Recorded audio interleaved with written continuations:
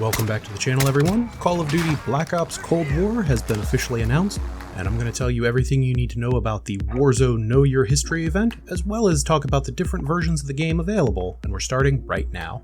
For anybody who missed the big worldwide review on August 26th, what it was a special event in Warzone called Know Your History. And through the Know Your History event, you were able to unlock a couple of calling cards, a couple of emblems, and a weapon blueprint. We're going to cover all that first. Jumping right into it, Know Your History is nothing more than just a playlist for Warzone. This playlist is unique in that it is extremely limited time. I've got some times and dates on the screen right now. As of recording this video on August 28th, we've only got 2 days left, so if you haven't already completed the Know Your History contract, you've got today and tomorrow to get that done. It's really quick, you should be able to knock it out in about a half an hour or probably less. And all it is it's a special game mode for Warzone where you drop in, you get to pick your class, kind of like in Plunder, so there's no real initial looting phase, and if you die, you come right back no matter how many times. So there's no gulag, there's no real death penalty, so to speak, other than you just have to wait a couple seconds and redeploy.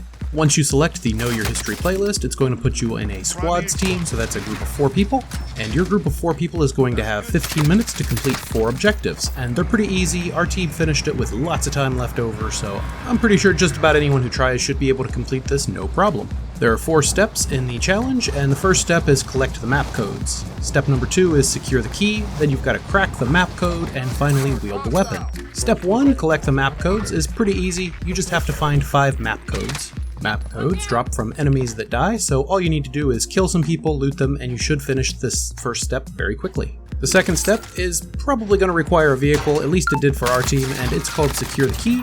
What happens is once you collect all 5 of those map codes, you're going to get a waypoint, kind of like the supply run contract, and all you need to do is get to that location, and just like it says, secure the key. If step 2 is kind of like a supply run contract, then step 3 is kind of like a scavenger contract with only 1 crate.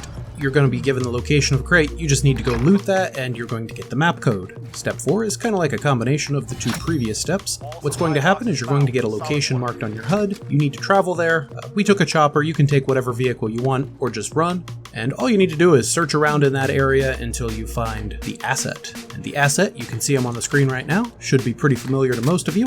And once you complete this, you will get the Bay of Pigs SKS weapon blueprint. Once you've done this, you're pretty much done with the challenge. You should have unlocked a couple of calling cards and emblems on the way, as well as this weapon blueprint. All you need to do now is wait for the timer to expire. It's a 15-minute game timer, so it gives everyone plenty of time to complete these 4 steps.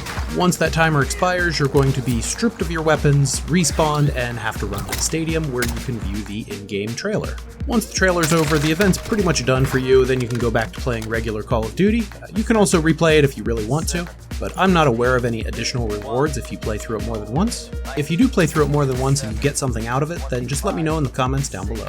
As for my personal opinion on this, I thought this was a really neat way to introduce a trailer. I hope that they do something similar for the multiplayer, which, by the way, the multiplayer reveal is September 9th. We also know that there will be a multiplayer open beta available to anyone who pre-orders the digital version of the game. Not the physical disc, but just the digital version, which I think is very interesting.